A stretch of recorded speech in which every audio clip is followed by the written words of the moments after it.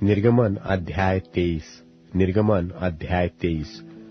झूठी बात न फैलाना, अन्यायी साक्षी होकर दुष्ट का साथ न देना, बुराई करने के लिए न तो बहुतों के पीछे हो लेना और न उनके पीछे फिर के मुकदमे में न्याय बिगाड़ने को साक्षी देना, और कंगाल के मुकदमे में उसका भी पक्ष न करना।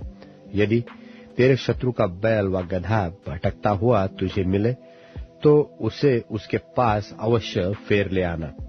फिर यदि तू अपने बैरी के गधे को बोझ के मारे दबा हुआ देखे तो चाहे उसको उसके स्वामी के लिए छुड़ाने के लिए तेरा मन न चाहे तो भी अवश्य स्वामी का साथ देकर उसे छुड़ा लेना।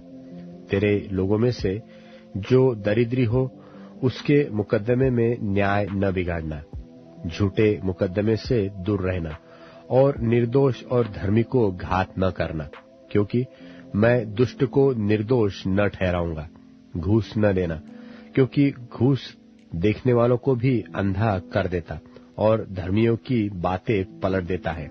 परदेशी पर अंधेर न करना, तुम तो परदेशी के मन की बातें जानते हो, क्योंकि तुम भी मिस्र देश में परदेशी थे।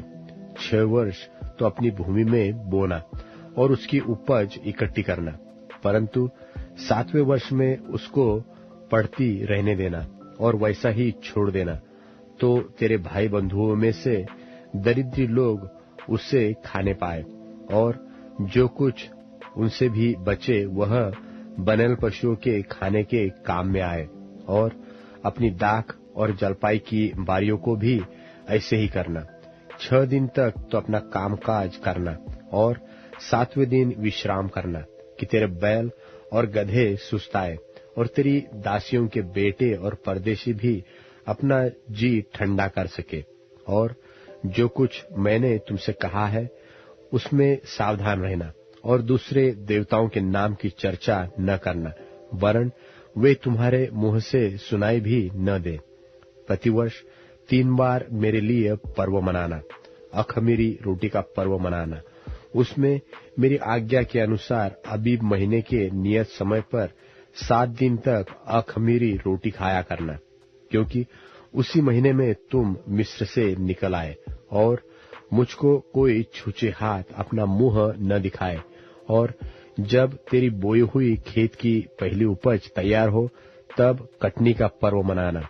और वर्ष के अंत में जब तू परिश्रम के फल बटोर के ढेर लगाए तब बटोरन का पर्व मनाना। प्रतिवर्ष 3 बार तेरे सब पुरुष प्रभु यहोवा को अपना मुंह दिखाए।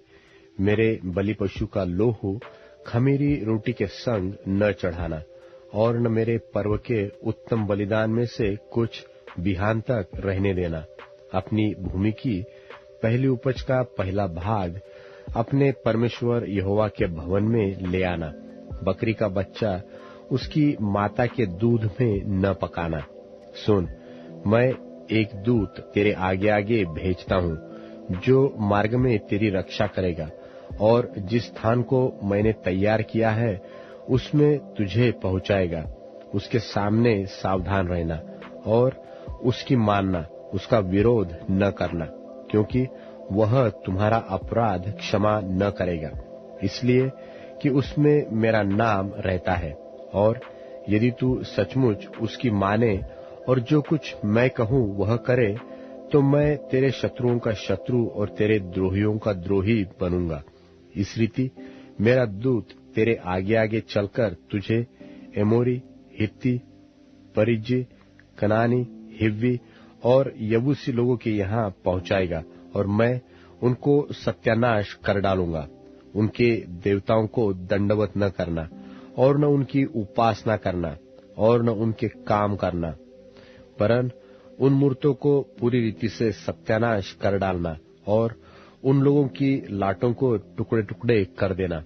और तुम अपने परमेश्वर यहोवा की उपासना करना, तब वह तेरे अन्न जल पर आशीष देगा और तेरे बीच में से रोग दूर करेगा और तेरे देश में न तो किसी का गर्भ गिरेगा और न कोई बांझ होगी और तेरी आयु मैं पूरी करूंगा। जितने लोगों के बीच तू जाएगा उन सबों के मन में मैं अपना भय पहले से ऐसा समा दूंगा कि उनको व्याकुल कर दूंगा, और मैं तुझे सब शत्रुओं की पीठ दिखाऊंगा, और मैं तुझसे पहले बर्रों को भेजूंगा जो हिव्वी, कनानी और हित्ती लोगों को तेरे सामने से भगा के दूर कर देगी। मैं उनको तेरे आगे से एक ही वर्ष में तो न निकाल दूंगा। ऐसा न हो कि देश उजाड़ हो जाए और बनैल पशु बढ़कर तुझे दुख देने लगे। जब तक तू फूल फल कर देश को अपने अधिकार में न कर ले, तब तक मैं तेरे आगे से उन्हें थोड़ा थोड़ा करके निकालता रहूंगा। मैं लाल समुद्र से लेकर पलिश्तियों के समुद्र तक और जंगल से लेकर महानद तक के देश को तेरे वश में कर दूंगा। मैं उस देश के निवासियों को भी तेरे वश में कर दूंगा, और तू उन्हें अपने सामने से बरबस निकालेगा। तू न तो उनसे वाचा बांधना और न उनके देवताओं से, वे तेरे देश में रहने न पाए। ऐसा न हो कि वे तुझसे मेरे विरुद्ध पाप कराए, क्योंकि यदि तू उनके देवताओं की उपासना करे तो यह तेरे लिए फंदा बनेगा।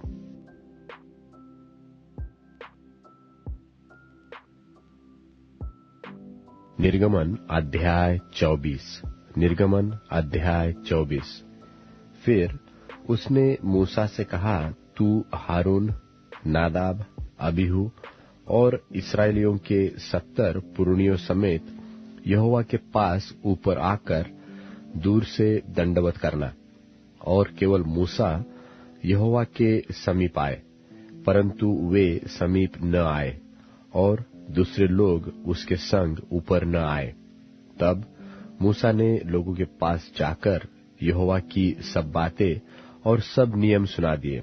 तब सब लोग एक स्वर से बोल उठे कि जितनी बातें यहोवा ने कही है, उन सब बातों को हम मानेंगे।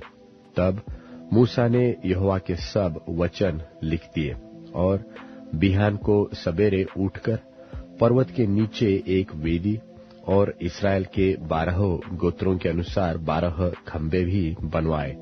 तब उसने कई इस्राएली जवानों को भेजा, जिन्होंने यहोवा के लिए होमबलि और बैलों के मेलबलि चढ़ाए। और मूसा ने आधा लोहू तो लेकर कटोरों में रखा और आधा वेदी पर छिड़क दिया। तब वाचा की पुस्तक को लेकर लोगों को पढ़ सुनाया। उसे सुनकर उन्होंने कहा, जो कुछ यहोवा ने कहा है उस सब को हम करेंगे और उसकी आज्ञा मानेंगे। तब मूसा ने लोहू को लेकर लोगों पर छिड़क दिया और उनसे कहा, देखो, यह उस वाचा का लोहू है जिसे यहोवा ने इन सब वचनों पर तुम्हारे साथ बांधी है। तब मूसा, हारून, नादाब, अबीहू और इस्राएलियों के 70 पुरनिये ऊपर गए और इस्राएल के परमेश्वर का दर्शन किया। और उसके चरणों के तले नीलमणि का चबूतरा सा कुछ था, जो आकाश के तुल्य ही स्वच्छ था। और उसने इस्राएलियों के प्रधानों पर हाथ न बढ़ाया। तब उन्होंने परमेश्वर का दर्शन किया और खाया पिया। तब यहोवा ने मूसा से कहा, पहाड़ पर मेरे पास चढ़ और वहां रह, और मैं तुझे पत्थर की पटिया और अपनी लिखी हुई व्यवस्था और आज्ञा दूंगा कि तू उनको सिखाए। तब मूसा यहोशू नाम अपने टहलुए समेत परमेश्वर के पर्वत पर चढ़ गया, और पुरनियों से वह यह कह गया कि जब तक हम तुम्हारे पास फिर न आए, तब तक तुम यही हमारी बाट जोहते रहो। और सुनो, हारून और हूर तुम्हारे संग है, तो यदि किसी का मुकद्दमा हो तो उन्हीं के पास जाए। तब मूसा पर्वत पर चढ़ गया और बादल ने पर्वत को छा लिया। तब यहोवा के तेज ने सीनै पर्वत पर निवास किया, और वह बादल उन पर 6 दिन तक छाया रहा। और 7वें दिन उसने मूसा को बादल के बीच में से पुकारा, और इस्राएलियों की दृष्टि में यहोवा का तेज पर्वत की चोटी पर प्रचंड आग सा देख पड़ता था। तब मूसा बादल के बीच में प्रवेश करके पर्वत पर चढ़ गया और मूसा पर्वत पर 40 दिन और 40 रात रहा। निर्गमन अध्याय 25। निर्गमन अध्याय 25। यहोवा ने मूसा से कहा, इस्राएलियों से यह कहना कि मेरे लिए भेंट लाए। जितने अपनी इच्छा से देना चाहे उन्हीं सबों से मेरी भेंट लेना। और जिन वस्तुओं की भेंट उनसे लेनी है वे ये है, अर्थात सोना, चांदी, पीतल, नीले, बैंजनी और लाल रंग का कपड़ा, सूक्ष्म सनी का कपड़ा, बकरी का बाल, लाल रंग से रंगी हुई मेंढों की खालें, सुइयों की खालें, बबूल की लकड़ी, उजियाले के लिए तेल, अभिषेक के तेल के लिए और सुगंधित धूप के लिए सुगंध द्रव्य, एपोद और चपरास के लिए सुलेमानी पत्थर और जड़ने के लिए मणि। और वे मेरे लिए एक पवित्र स्थान बनाए कि मैं उनके बीच निवास करूं। जो कुछ मैं तुझे दिखाता हूं, अर्थात निवास स्थान और उसके सब सामान का नमूना, उसी के अनुसार तुम लोग उसे बनाना। बबूल की लकड़ी का एक संदूक बनाया जाए। उसकी लंबाई 2.5 हाथ और चौड़ाई और ऊंचाई 1.5 हाथ की हो और उसको चोखे सोने के भीतर और बाहर मढ़वाना और संदूक के ऊपर चारों ओर सोने की बाड़ बनवाना और सोने के 4 कड़े ढलवाकर उसके चारों पायों पर एक अलंग 2 कड़े और दूसरी अलंग भी 2 कड़े लगवाना। फिर बबूल की लकड़ी के डंडे बनवाना और उन्हें भी सोने से मढ़वाना और डंडों को संदूक की दोनों अलंगों के कड़ों में डालना, जिससे उनके बल संदूक उठाया जाए। वे डंडे संदूक के कड़ों में लगे रहे और उससे अलग न किए जाए। और जो साक्षी पत्र मैं तुझे दूंगा उसे उसी संदूक में रखना। फिर चोखे सोने का एक प्रायश्चित का ढकना बनवाना। उसकी लंबाई 2.5 हाथ और चौड़ाई 1.5 हाथ की हो और सोना ढालकर 2 करूब बनवाकर प्रायश्चित के ढकने के दोनों सिरों पर लगवाना। एक करूब तो एक सिरे पर और दूसरा करूब दूसरे सिरे पर लगवाना और करूबों को और प्रायश्चित के ढकने को एक ही टुकड़े से बनवाकर उसके दोनों सिरों पर लगवाना। और उन करूबों के पंख ऊपर से ऐसे फैले हुए बने कि प्रायश्चित का ढकना उनसे ढपा रहे और उनके मुख आमने सामने और प्रायश्चित के ढकने की ओर रहे।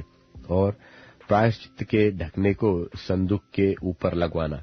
और जो साक्षी पत्र मैं तुझे दूंगा उसे संदूक के भीतर रखना और मैं उसके ऊपर रहकर तुझसे मिला करूंगा। और इस्राएलियों के लिए जितनी आज्ञाएं मुझको तुझे देनी होगी उन सबों के विषय में मैं प्रायश्चित के ढकने के ऊपर से और उन करूबों के बीच में से जो साक्षी पत्र के संदूक पर होंगे तुझसे वार्तालाप किया करूंगा। फिर बबूल की लकड़ी की एक मेज बनवाना। उसकी लंबाई 2 हाथ और चौड़ाई 1 हाथ और ऊंचाई 1.5 हाथ की हो।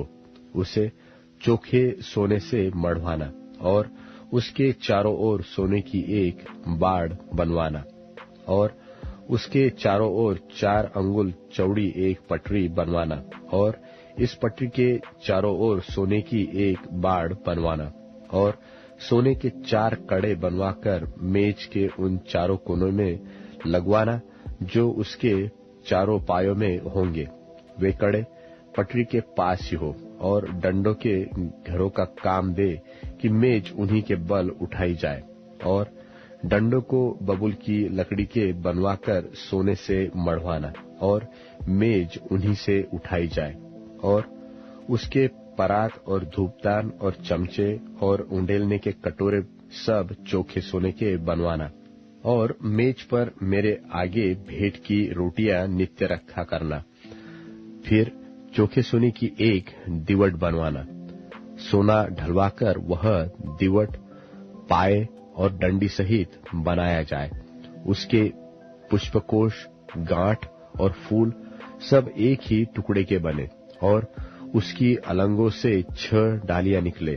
3 डालियां तो दीवट की एक अलंग से और 3 डालियां उसकी दूसरी अलंग से निकली हुई हो। एक एक डाली में बादाम के फूल के समान 3-3 पुष्पकोश, एक एक गांठ और एक एक फूल हो। दीवट से निकली हुई 6 डालियों का यही आकार या रूप हो और दीवट की डंडी में बादाम के फूल के समान 4 पुष्पकोण अपनी अपनी गांठ और फूल समेत हो और दीवट से निकलती हुई 6 डालियों में से 2-2 डालियों के नीचे एक एक गांठ हो। वे दीवट समेत एक ही टुकड़े के बने हुए हो। उनकी गांठें और डालियां सब दीवट समेत एक ही टुकड़े की हो। चोखा सोना ढलवाकर पूरा दीवट एक ही टुकड़े का बनवाना और 7 दीपक बनवाना और दीपक जलाए जाए कि वे दीवट के सामने प्रकाश दे और उसके गुलतराश और गुलदान सब चोखे सोने के हो। वह सब इन समस्त सामान समेत किक्कार भर चोखे सोने का बने और सावधान रहकर इन सब वस्तुओं को उसके नमूने के समान बनवाना जो तुझे इस पर्वत पर दिखाया गया है।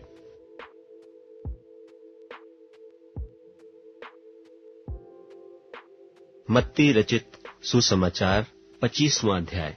तब स्वर्ग का राज्य उन 10 कुंवारियों के समान होगा जो अपनी मशालें लेकर दूल्हे से भेंट करने को निकली। उनमें 5 मूर्ख और 5 समझदार थीं।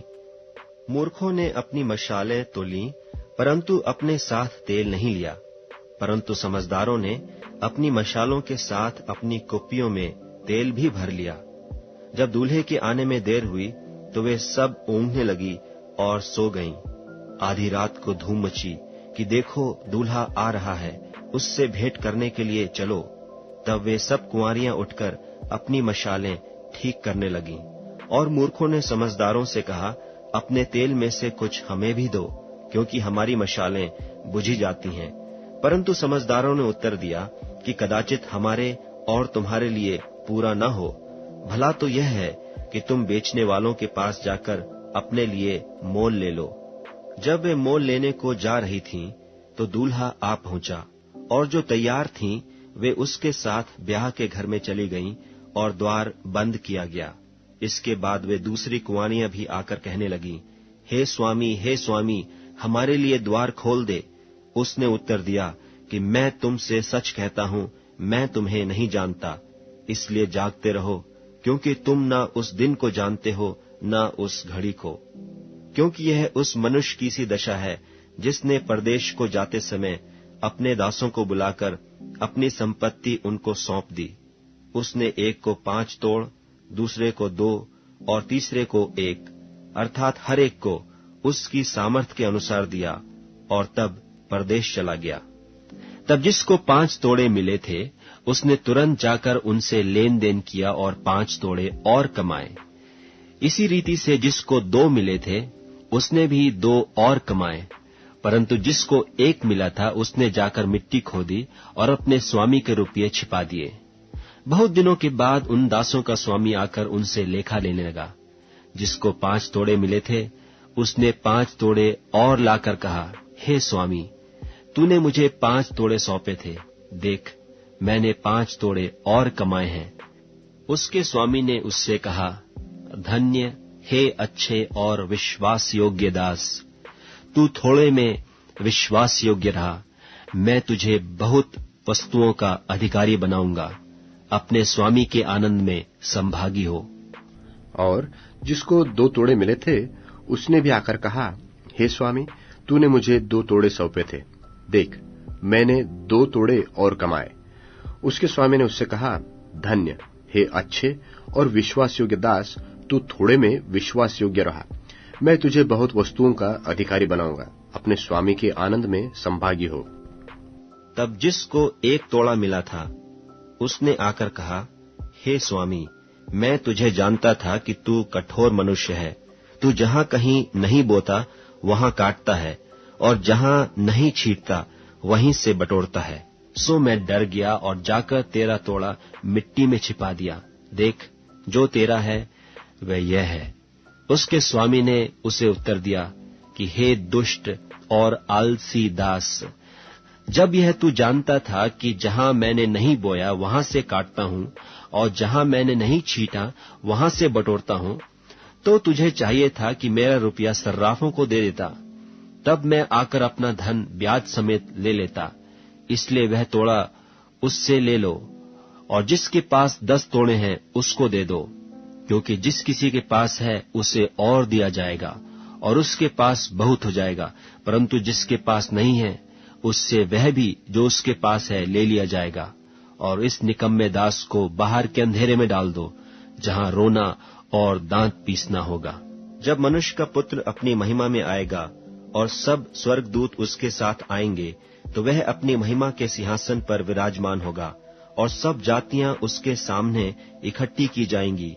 और जैसा चरवाहा भेड़ों को बकरियों से अलग कर देता है, वैसा ही वह उन्हें एक दूसरे से अलग करेगा। और वह भेड़ों को अपनी दाहिनी ओर और बकरियों को बाईं ओर खड़ी करेगा। तब राजा अपनी दाहिनी ओर वालों से कहेगा, हे मेरे पिता के धन्य लोगों, आओ उस राज्य के अधिकारी हो जाओ जो जगत के आदि से तुम्हारे लिए तैयार किया हुआ है। क्योंकि मैं भूखा था और तुमने मुझे खाने को दिया, मैं प्यासा था और तुमने मुझे पानी पिलाया, मैं परदेशी था, तुमने मुझे अपने घर में ठहराया, मैं नंगा था, तुमने मुझे कपड़े पहनाए, मैं बीमार था, तुमने मेरी सुधि ली, मैं बंदी गृह में था, तुम मुझसे मिलने आए। तब धर्मी उसको उत्तर देंगे कि हे प्रभु, हमने कब तुझे भूखा देखा और खिलाया, या प्यासा देखा और पिलाया? हमने कब तुझे परदेशी देखा और अपने घर में ठहराया, या नंगा देखा और कपड़े पहनाए? हमने कब तुझे बीमार या बंदी गृह में देखा और तुझसे मिलने आए?